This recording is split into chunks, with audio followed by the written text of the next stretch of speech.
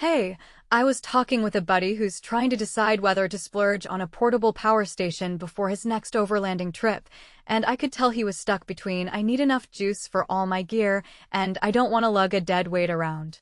He's the kind of guy who'll set up a campsite in the middle of nowhere, run a mini fridge, charge a laptop, and still have enough power left for an electric bike charger. The dilemma? Finding a unit that actually delivers on those promises without turning his pack into a brick.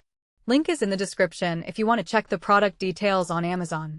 The Anker SOLIX F3800 is the newest entry in the high-capacity portable power station market, paired with a 400-watt solar panel that claims up to 23% conversion efficiency. On paper, that looks impressive, but the real question is how those numbers translate when you're out on a trail, a road trip, or even during a prolonged power outage at home. I dug into the spec sheet, skimmed a handful of the 22 5-star reviews, and tried to picture everyday scenarios where this kit would either be a lifesaver or just another piece of gear you forget in the trunk.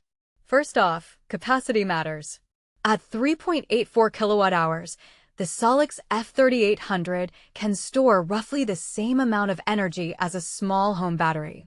In practical terms, that means you could run a 120-watt mini fridge for about 30 hours, keep a 60-watt LED grow light humming for a full day, or charge a 5,000 mAh phone roughly 30 times before you need to recharge the station itself. For anyone who's ever been stuck with a dead phone on a weekend hike, that kind of buffer feels reassuring. But the bulk that comes with that energy storage isn't negligible. The unit itself weighs close to 80 pounds, so you're not looking at a backpack-ready solution.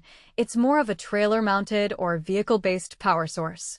That brings us to the solar panel. Anker's 400-watt panel folds into a compact rectangle and offers 4 preset angle settings, which is a clever way to maximize sun exposure without a separate tripod.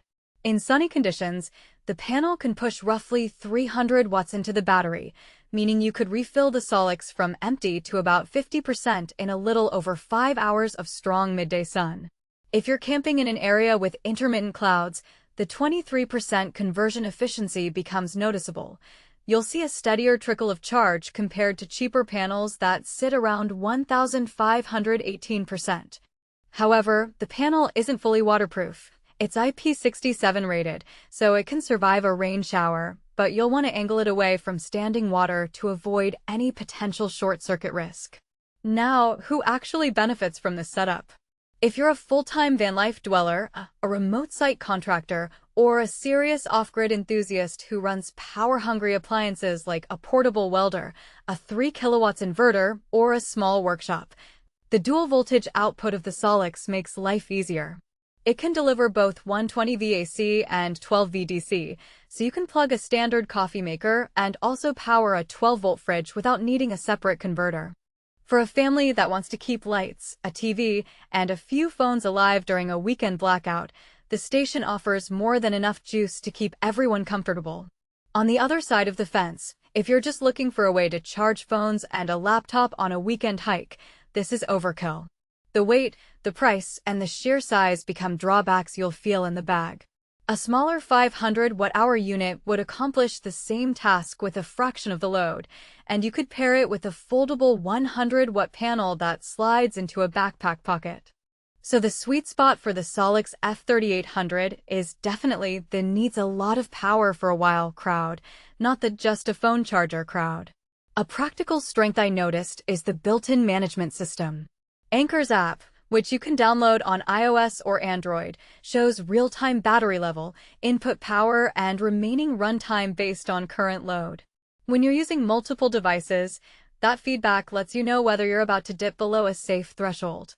The app also lets you set a low battery alarm, which can be a lifesaver if you're relying on the station to keep a medical device running overnight. The downside? The app isn't mandatory, and some users have reported a slight lag when switching between AC and DC outputs, so you'll want to double-check the display on the unit itself before plugging in a critical load.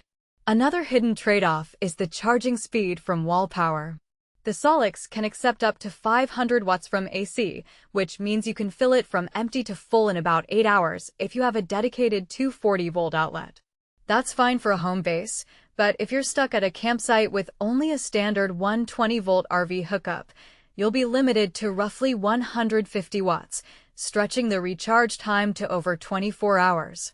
In those cases, the solar panel becomes your primary refuel method, and the